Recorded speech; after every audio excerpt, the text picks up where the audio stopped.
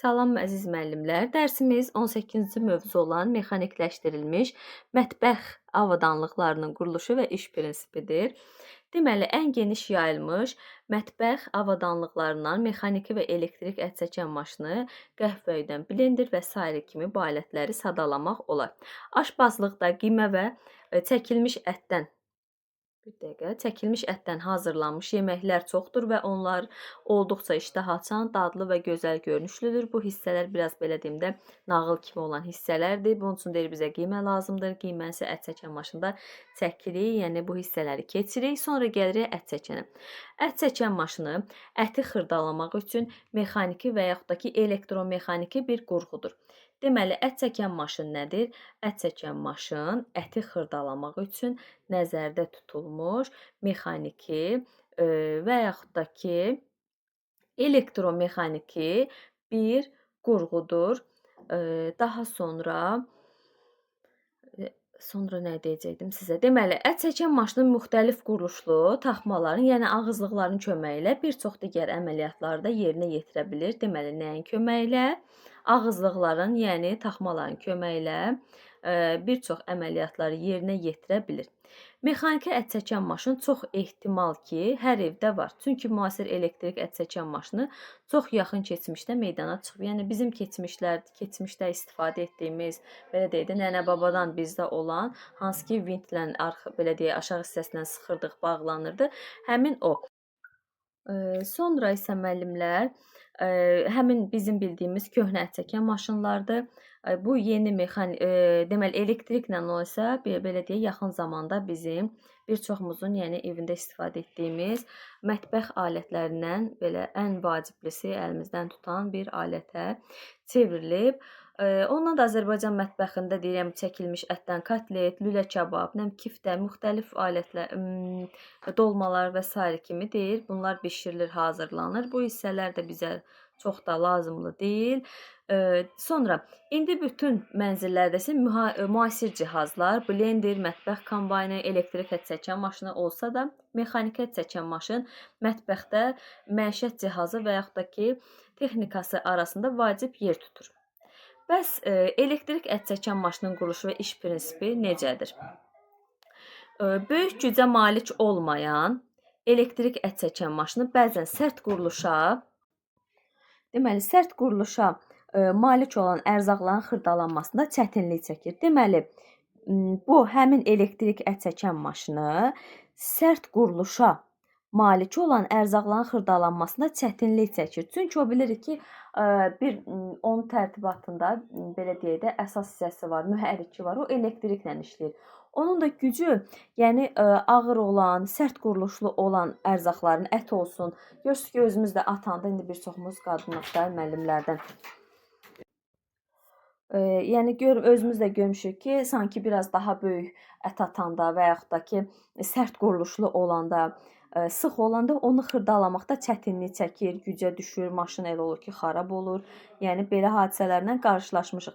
Ona görə əgər bu söz düşsə ki, sərt quruluşlu ərzaqları xırdalamaqda çətinlik çəkir, bu elektrikli olan ət çəkən maşınıdır.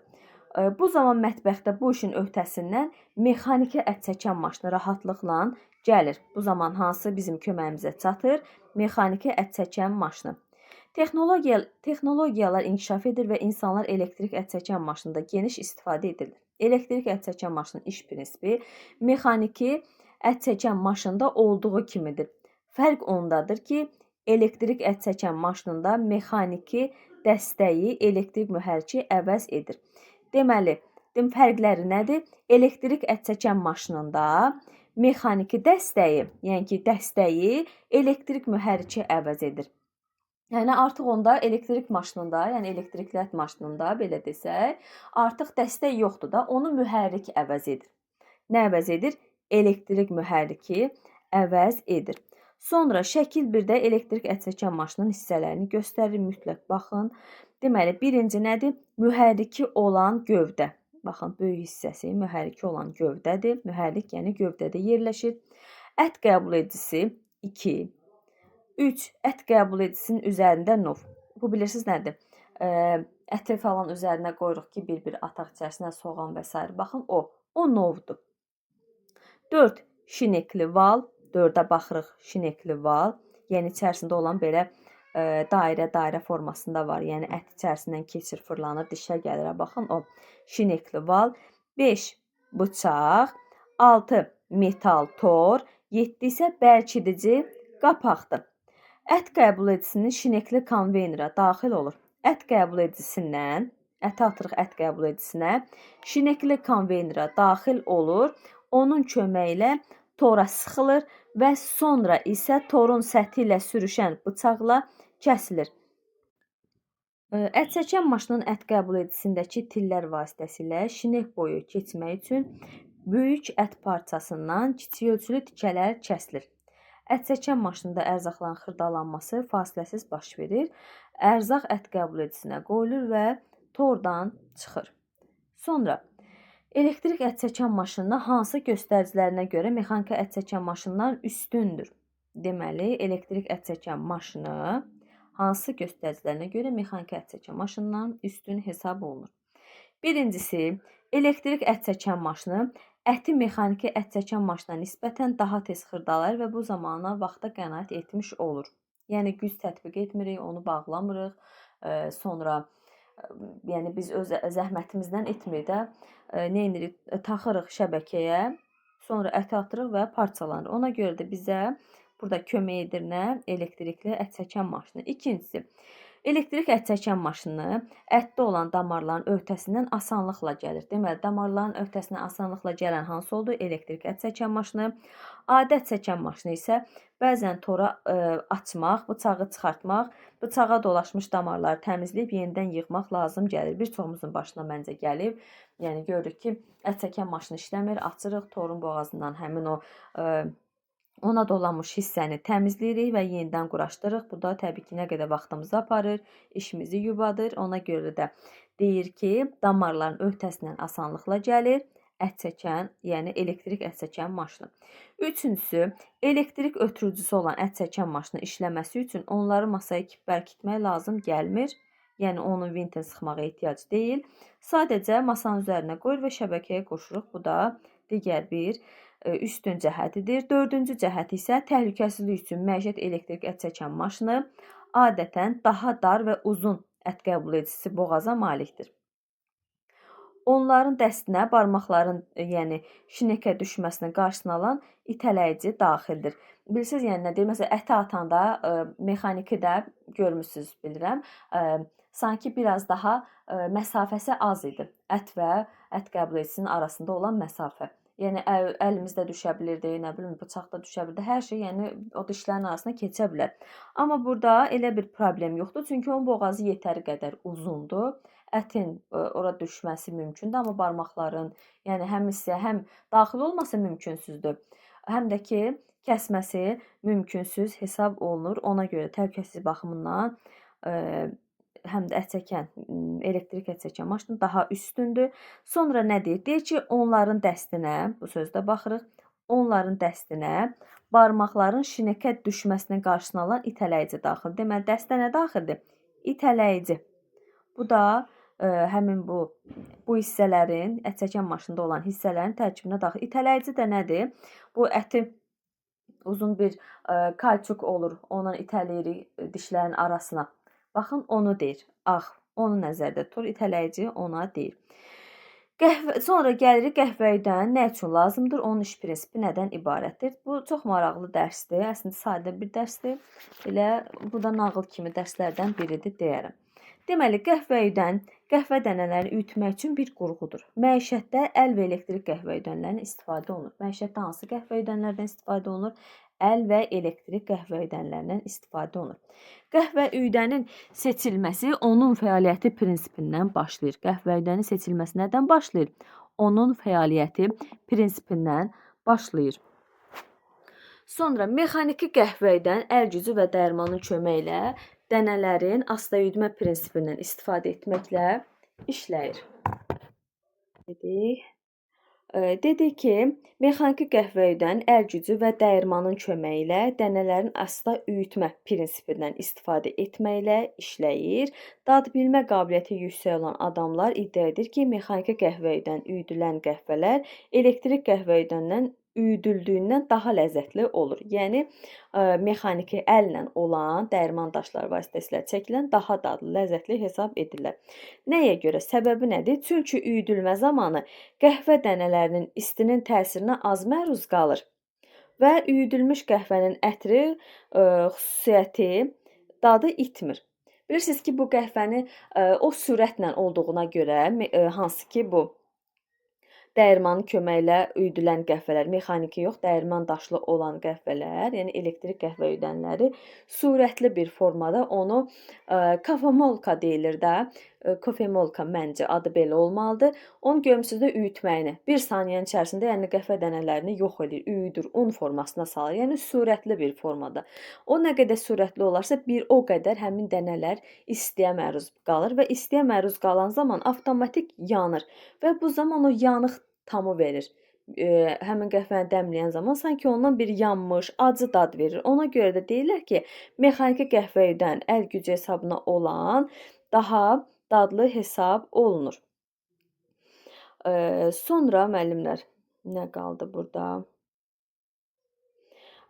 Adi əl qəhvəüyüdəni arasındakı məsafə xüsusi vintin köməyi ilə dəyişdirilə bilən 2 dəyirman daşından ibarətdir. Deməli, adi əl qəhvəüyüdəni şəklə baxırıq. Əl qəhvəüyüdəni şəkil A-da göstərir. Adi əl qəhvəüyüdəni deyir arasındakı məsafəni, baxın, vintin köməyi ilə dəyişərək vintin köməyi ilə onun arasındakı məsafəni dəyişərək, yəni üyütmə prosesini yerinə yetirir. Vinti nə qədər çox burarsaq, dəyirman daşları arasındakı məsafə bir o qədər azalır. Deyirmə, vinti nə qədər çox bursaq, dəyirman daşları arasındakı məsafə bir o qədər azalır və üyütmə daha narin olur. Yəni daşlar bir-birinə yaxınlaşır, yaxınlaşdıqca da artıq o belə deyək, qəhvə dənələrini daha narin üyüdür. Dənələri 2 dəyirman daşı arasında qıfıla tökürlər. Dənələri 2 dəyirman daşı arasındakı qıfıla tökürlər. Dəyirman daşlarından biri sərt bərkidilmişdir, digəri isə dəstəyin köməyi ilə fırladılır. Deməli, biri sərt olaraq bərkidilmişdir, digəri isə dəstəyin köməyi ilə fırladılır. Bu gün satışda iş prinsipi və gücü, tutumu və s. kimi texniki parametrlərlə fərqlənən əl və elektrik qəhvəüyüdənləri var. Deməli, bu gün satışda hansı qəhvəüyüdənlər var? İş prinsipi, gücü və tutumu kimi texniki parametrlərlə fərqlənən ət və yaxud da ki, elektrik qəhvəüyüdənləri mövcuddur. Onların arasında elektrik qəhvəüyüdəni əsas yer tutur. 2 növ elektrik qəhvəüyüdəni var. Bıçaqlı və dəyirman daşlı. Baxın, 2 növdə olan elektriklidir. Hansıdır? Biri bıçaqlı, digəri isə dəyirman daşlı. Amma ümumi qəhvəüyüdənlərə gəlsək, desək ki, qəhvəüyüdənlər neçə cür olur? Qəhvəüyüdənlər ümumi desək, biri mexaniki, digəri isə elektrik qəhvəüyüdənidir. Bu, onun, belə deyək ki, növüdür. Qəhvəüyüdənlərin ümumi növüdür. Amma elektrik qəhvəüyüdəninin isə özünün 2 növü var. Bu isə biri bıçaqlı, digəri isə dəyirman daşlıdır. Bu kateqoriyaları təmsil edən modellər quruluşu, parametrlər və iş rejimi ilə fərqlənir. Deməli, nəyinə görə fərqləndi? Bu modellər quruluşu, yəni modellərinə görə fərqlənir. Modellər quruluşu deyəndə onu nəzərdə tutur. Sonra parametrləri, yəni funksiyaları, xüsusiyyətləri, nə hansı funksiyası var? Bilirik ki, yəni bu dəqiqə hər alət çıxanda onda yeni bir funksiya olur. Yeniləndikcə yeni bir funksiyanın təmin olunur, bir xüsusiyyət əlavə olunur və iş rejimi ilə bir-birlərindən fərqlənirlər. Adətən ən müasir qəhvəüyüdənlər hərəkət verici qüvvə kimi elektrikdən istifadə edir. Təbii ki, bu elektriklə işləyirsə, bunun hərəkət verici qüvvəsi nə olacaq? Elektrik olacaq. Elektrik qəhvəüyüdənləri üyütmə zamanı ya bıçaqdan, yəni bıçaqlı olur, görmüşük bir çoxumuz, bıçaq forması, yəni içərisində bıçaqları var. Yəni blender, mikser prinsipi kimi. tipa ona bənzəyir və yaxud da ki, dəyirman daşlarından istifadə edilir. Bu əl qəhvəydəninin quruluş sxemidir. Buna baxın bu şəklə. Şəkil 3-ü deyirəm. Şəkil 3-ə baxın. Nə deyir? Çünki burada hissələrini göstərir və qeyd edir. Rəqəmləməsə belə qeydlə göstərir ki, hansı hissədir. Deməli, baxırıq dəstək. Bu hissədə, yəni birinci hissədə dəstək, qəhvəydənin gövdəsi, dəyirman daşları. Baxın, həm bu hissə dəyirman daşıdır, həm bu hissə dəyirman daşıdır. Hər ikisi dəyirman daşıdır və müəllimlər, həm mən bunu PDF-də açıq izah edirəm. İndi siz səsə qulaq asan müəllimlər görməsə də, YouTube-da qulaq asan müəllimlər bunu görəcək.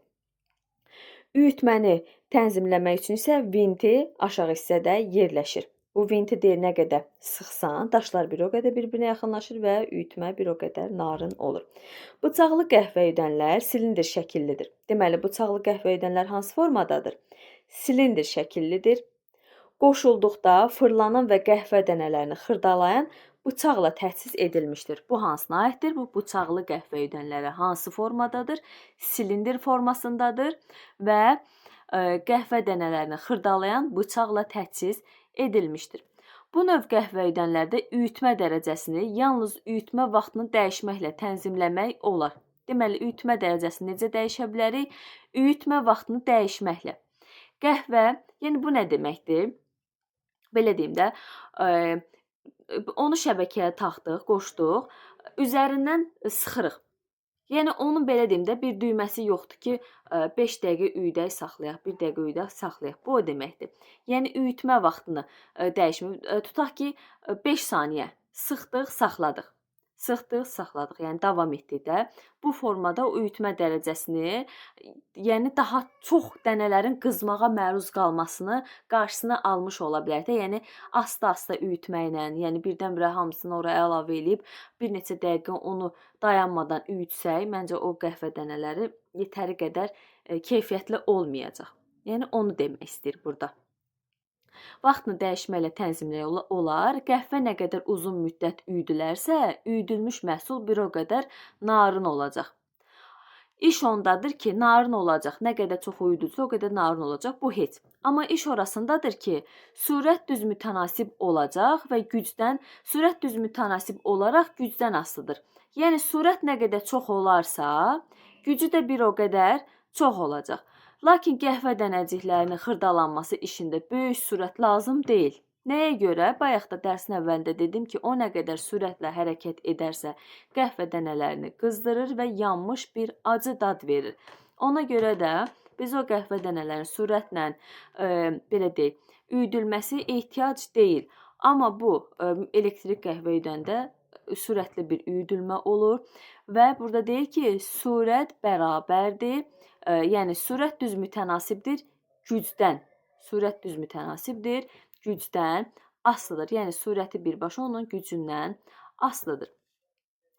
Qəhvə üyüdənin konteynerinin həcminin az olması əlverişli deyil, çünki bir neçə dəfə içini doldurmaq lazım gələcək. Bu hamısı, baxın müəllimlər, bu hamısı bıçaqlı qəhvə üyüdənə aiddir. Danışdıqlarının hər biri bıçaqlı qəhvə üyüdənə aiddir. Deməli, onun konteyneri balacadır, ona görə onun içərisini tez-tez doldurmaq lazım gəlir. Yəni qəhvə dənələrini yəni boşaldır, yenidən əlavə edib yenidən üyüdürür. Yəni bu sərfəli deyil.